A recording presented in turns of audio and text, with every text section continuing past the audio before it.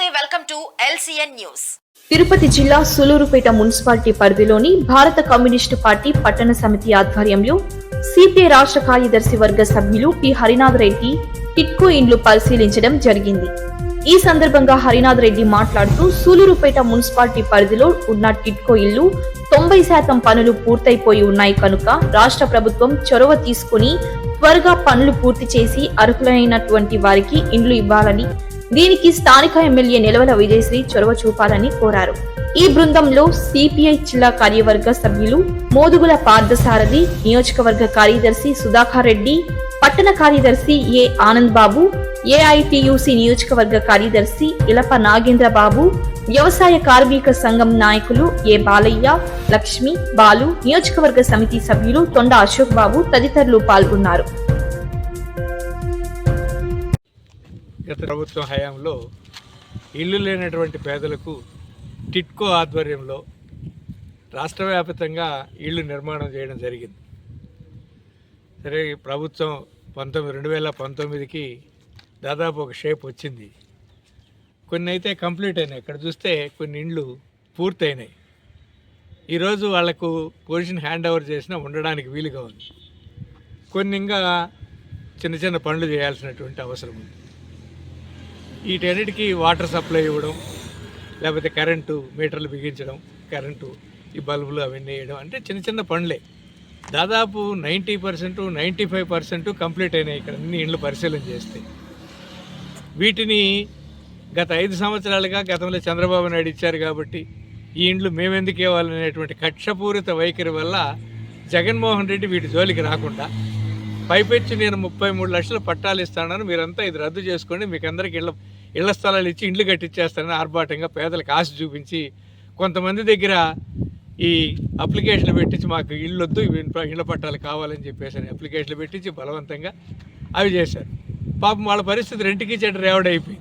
అటు ఇల్లు రాలేదు, ఇల్లు క్యాన్సిల్ చేసుకున్నారు. అటు తర్వాత ఆ ఫ్లాట్ ఇచ్చింది నిరుపయోగంగా, ఇల్లు కట్టలేదు, ఏం లేదు, నిరుపయోగంగా ఉంది. అందుకని ఈరోజు గతంలో జగన్మోహన్ రెడ్డి ఉన్నప్పుడు, ఇప్పుడు కమ్యూనిస్ట్ పార్టీగా మనం చెప్పేది ఏంటంటే, మీరు కట్టారు ఇంతకుముందు చంద్రబాబు నాయుడు గారు, ఇప్పుడు మీరు అధికారంలోకి వచ్చారు. మీరు ఎన్నికల సందర్భం కూడా చెప్పాడు, ఇవి కంప్లీట్ చేసి మీకు ఇస్తానని చెప్పేసి అని చెప్పాడు. అందువల్ల మీరు ఇచ్చిన హామీని నిలబెట్టుకోవడానికి దాదాపు 90% పూర్తయినటువంటి కాలనీలకు మీరు కొద్దిపాటి ఖర్చు పెడితే దాదాపు ఇక్కడ ఉన్నటువంటి 800 మందికి పైగా నివాసానికి ఉపయోగపడేటువంటి ప్రదేశం. రోడ్లు కంప్లీట్ అయినాయి, కొన్ని చోట్ల ట్రాన్స్ఫార్మర్లు పెట్టారు. 1870 మందికి ఇక్కడ ఇచ్చారు. మంచిదే, రోడ్లంతా నిర్మాణమైనాయి. ఇక్కడ దాకా వాటర్ సప్లై తీసుకురావడానికి ఏర్పాట్లు కూడా జరిగినాయి. మీరు ఇండ్లకు కనెక్షన్ ఇచ్చి, సప్లై కూడా ఉంది కాబట్టి కరెంట్ కనెక్షన్ ఇచ్చేస్తే, దీనికి ఫైనల్గా పెయింట్ చేసి వాళ్ళకి అందరికి హ్యాండ్ ఓవర్ చేస్తే వాళ్ళందరూ ఉండడానికి, కాపురాలు ఉండడానికి వీలుగా ఉంది. రావడానికి కూడా సిద్ధంగా ఉన్నారు. కొంతమంది 50,000 కట్టారు, కొంతమంది 25,000 కట్టారు, కొంతమంది 500 కట్టారు. వాళ్ళ స్థాయిని బట్టి, వాళ్ళ శక్తి స్తోమతను బట్టి, వాళ్ళ అర్హతను బట్టి ఈ ఇండ్లకి డబ్బులు కూడా కట్టారు. 50,000 రూపాయలు కట్టినటువంటి వాళ్ళు గత దాదాపుగా 6-7 సంవత్సరాలుగా వడ్డీకి తెచ్చి పాపం వాళ్ళ ఎగసాట్లు బట్టి కడితే ఈరోజు పాపం వాళ్లకు అంతకు 3 ఇంతలు వడ్డీని కట్టారు. కట్టిన దానికంటే వడ్డీ అదనంగా కట్టారు. దీన్ని దృష్టిలో పెట్టుకొని మీరు ఇళ్ళు ఇస్తామని చెప్పారు, మంచిదే.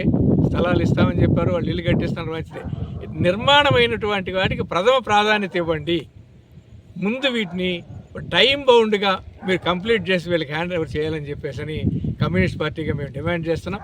అదే పద్ధతిలో సూళ్ళూరుపేట నియోజకవర్గ, సూళ్ళూరుపేట పట్టణ సమితి ఆధ్వర్యంలో లబ్ధిదారులందరినీ సమీకరించి వాళ్ళ ద్వారా ఈ ప్రభుత్వానికి ఈ ఇళ్ళు కంప్లీట్ చేయాలనేటువంటి డిమాండ్ కూడా సంబంధిత అధికారులకు తెలియజేయాలని చెప్పి కూడా ఈరోజు మేము అనుకున్నాం.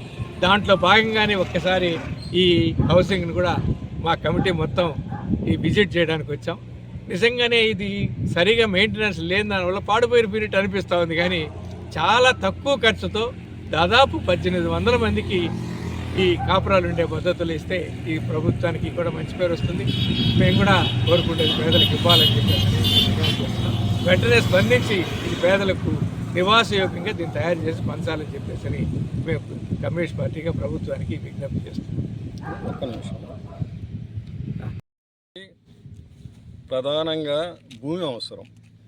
దానికి చేనేత కార్మికులు వాళ్ళు దున్నుకుంటూ ఉండే భూమిని ఇందులో కొంత పంట కూడా ఉండింది. దాంతోపాటు వదిలేసి 1,75,000 రూపాయలకి ఎకరా లెక్కన వదిలేశారు.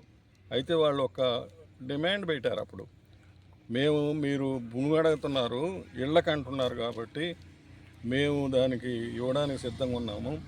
మాకు కూడా ఇళ్ళు లేవు, ఒకవేళ మా పిల్లలు పెద్దోళ్ళు అయినప్పుడైనా మాకు అవసరము, 5 సెంట్లు భూమి, ఎకరాకి 5 సెంట్లు లెక్కన మాకు ఇవ్వండి అని చెప్పి వాళ్ళు కోరడం జరిగింది.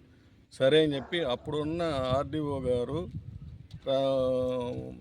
సరేనని వాగ్దానం చేసి ఒక పేపర్ రాసి ఆయన తీసుకొని వెళ్ళాడు. అప్పటి నుంచి వచ్చే కలెక్టర్నంతా ఆ నెల్లూరు జిల్లాలో ఉన్న రోజులు దాన్ని డిమాండ్ చేస్తూనే ఉన్నాము. అప్పుడు ఉన్న ఒక కలెక్టరు 5 సెంట్లు లెక్కనే కాదు, ఒక 3 సెంట్లకి ఒప్పుకోండి అని చెప్పినాడు. సరే అన్నాం. ఆ 3 సెంట్లన్నా ఇస్తారు కదా అని అనుకుంటే అప్పుడున్న కమిషనర్, మున్సిపల్ కమిషనర్కి చెప్పాడు, అయ్యా దీన్ని వీళ్ళకి 3 సెంట్లకి మధ్యస్థం జరిగినట్టు రాసుకొని 3 సెంట్లు లెక్కన ఇచ్చేయి ఉంది కదా మిగిలింది అని. ఆయన కూడా వద్దు అని ఆయన వెళ్ళిపోయాడు. ఇప్పటికైనా వాళ్ళందరూ పేదవాళ్ళు, చేనేత కార్మికులు, వాళ్ళకి 5 సెంట్ల వరకు మీరు ఇచ్చే అవకాశం ఉంది కాబట్టి భూమి ఇంకా దీంట్లో మిగిలి ఉంది, అందువల్ల 5 సెంట్లు ఇవ్వాలని చెప్పి ప్రభుత్వాన్ని కోరుతా ఉన్నాం.